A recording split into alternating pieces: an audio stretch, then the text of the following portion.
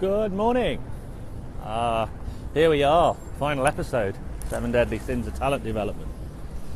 And today, we're talking about coaching.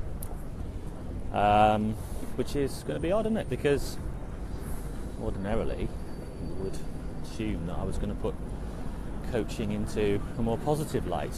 And don't get me wrong, there's an awful lot about coaching that I think, there's a lot of positives, and there's every chance that in a follow-up series, which is the 7 amazing talent development things, coaching would probably be on that side too. But I'm going to talk about coaching in a slightly different way, and I'm going to talk about some aspects of coaching that I think really need to improve in order to help young people develop. And I guess it sort of goes back a little bit to a lot of the themes of the previous 6 deadly sins, because the astute listener,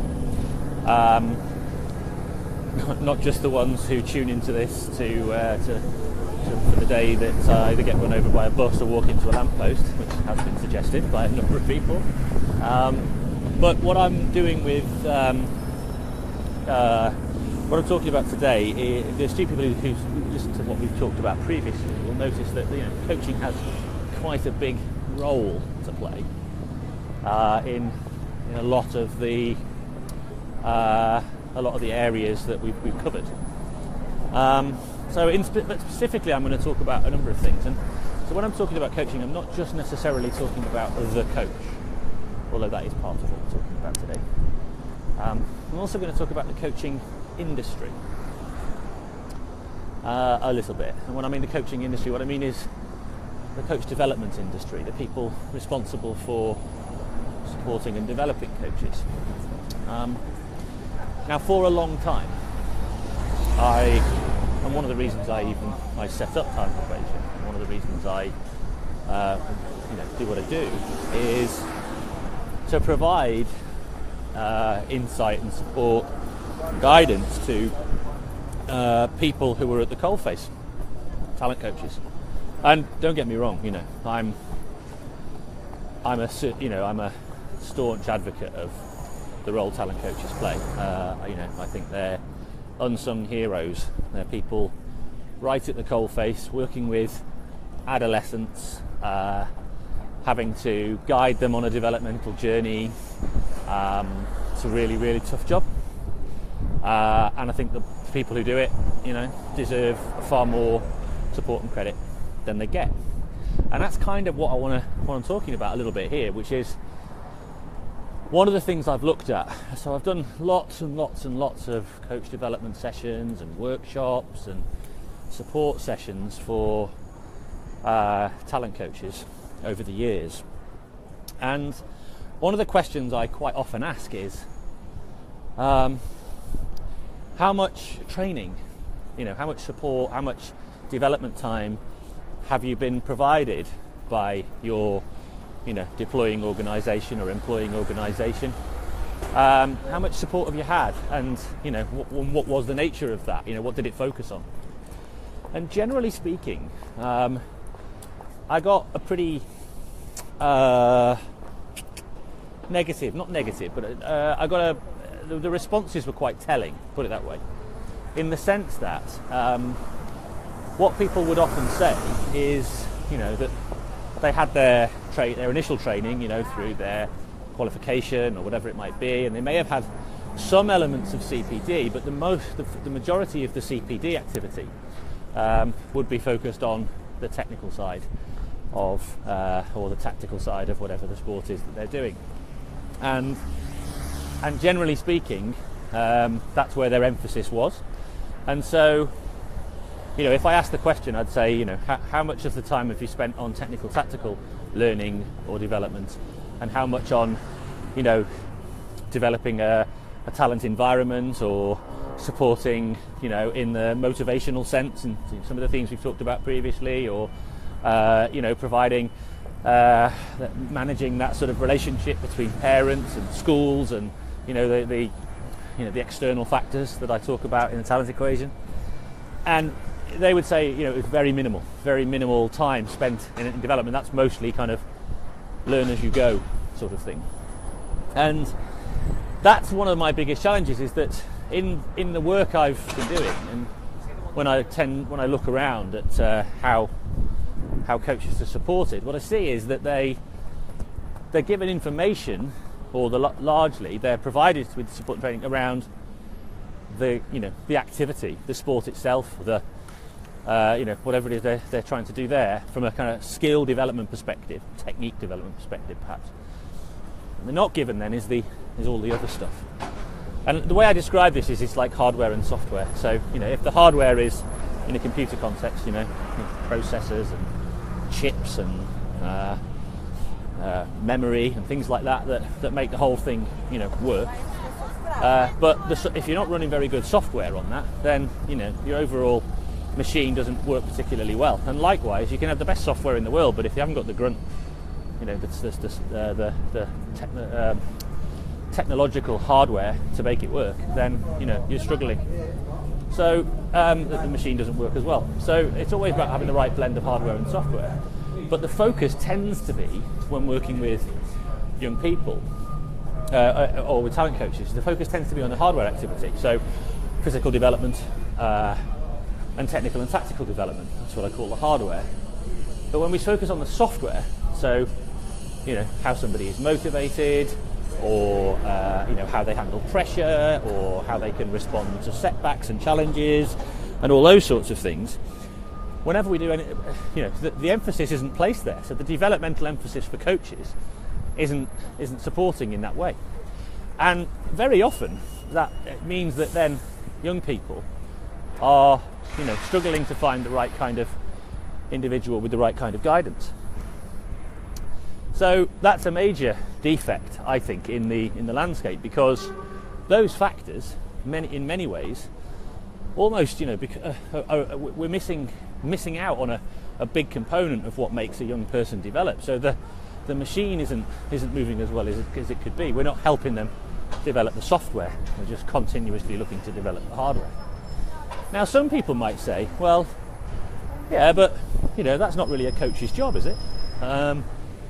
There's people out there with that kind of specialism. There's psychologists, and there's motivational leaders, and there's lifestyle advisors, and teachers and people like that who can guide all this sort of stuff. Parents, that's their role.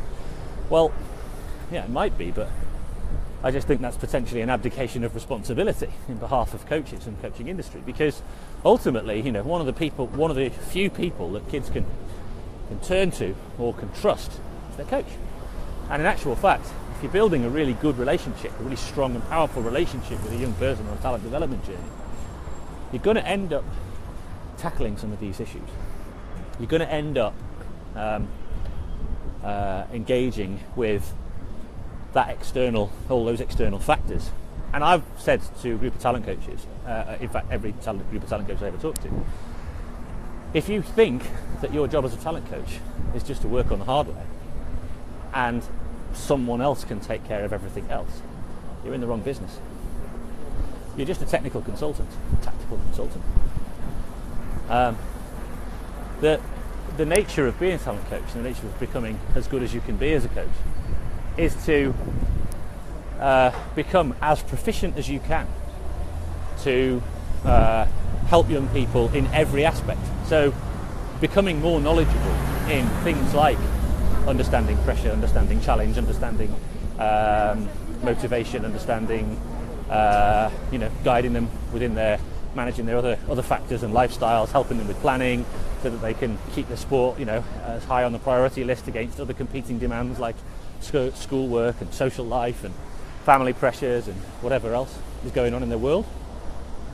If you're not becoming really proficient at that, then you're only doing half the job. So there's two things here. One is there's the support provided for those for the coaches isn't covering these bases. It's not covering this area. And then there's another side to this as well, which is, and this is us as coaches themselves, and that is that if we're honest, and I'll give you a little example.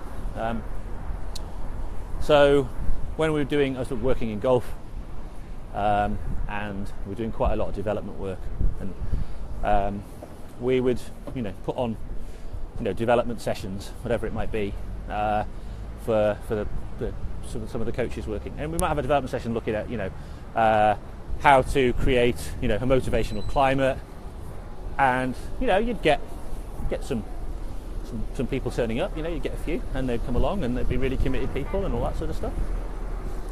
But if you then ran a session the following week, and it was about, some aspect of technical development, and you had some elite